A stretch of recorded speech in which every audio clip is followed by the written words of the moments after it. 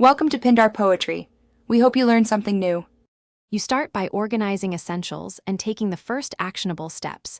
Clear a sterile surface, put on gloves, and verify the Ostovet kit and firmware version.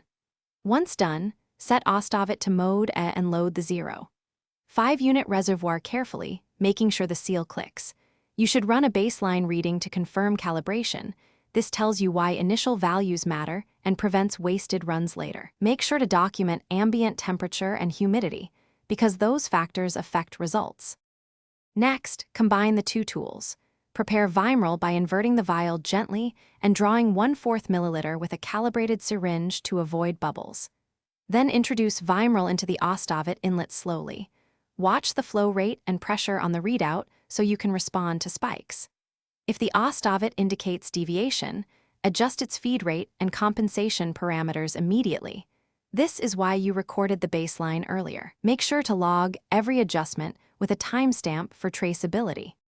To finish, complete the programmed run cycle and initiate Ostovet's shutdown sequence, purging lines to prevent contamination.